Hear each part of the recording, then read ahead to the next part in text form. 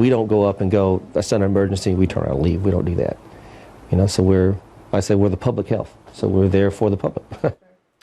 A paramedic says the court ruling upholding the health care plan won't change their standard of care, but he is hopeful it might allow more people to go to a doctor and avoid a trip to the ER.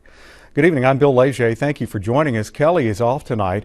The U.S. Supreme Court has voted 5-4 to uphold the president's health care plan, including its key element, a mandate that Americans buy health care insurance. Supporters say the law will extend coverage to 30 million of the estimated 50 million who are uninsured. Opponents say it's a case of government going too far.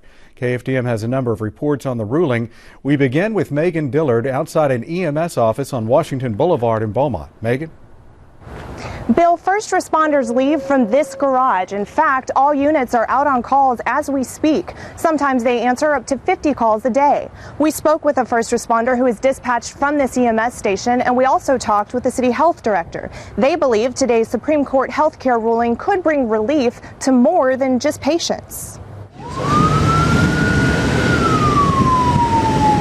We see just about a little bit of everything. Beaumont paramedic Robert Falls responds to dozens of calls each day. A stumped toe, or a new mom that don't really know how to, is the baby crying wrong, or, all the way to people that's been shot and stabbed and car wrecks and heart attacks and everything in between. He'd already responded to about 10 calls when we met up with him today. Beaumont Fire EMS, the address of your emergency. Some of those calls come from the Beaumont Fire Dispatch Office. While waiting on more emergencies, he and other first responders watched news of the Supreme Court ruling unfold on TV. Earlier today, the Supreme Court upheld the constitutionality of the Affordable Care Act. Within 30 minutes, Falls had to respond to yet another emergency call, this one from Van's Grocery on Avenue A.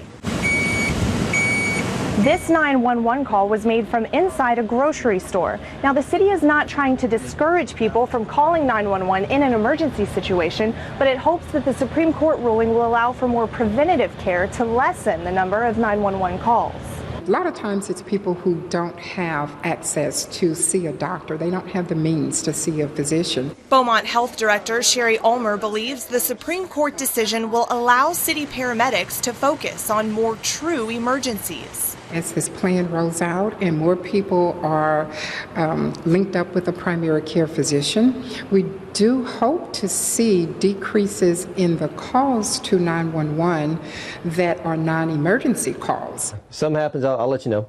A decrease, Robert Falls believes, would allow paramedics to increase their focus, their attention on potentially life-threatening emergencies. And it would free us up to do, or to be available more often, or have better response times, I guess, to go to the true 911, I just wrecked into a telephone pole, I just got shot kind of things, as opposed to, you're being here on, let's say, somebody with a sore throat.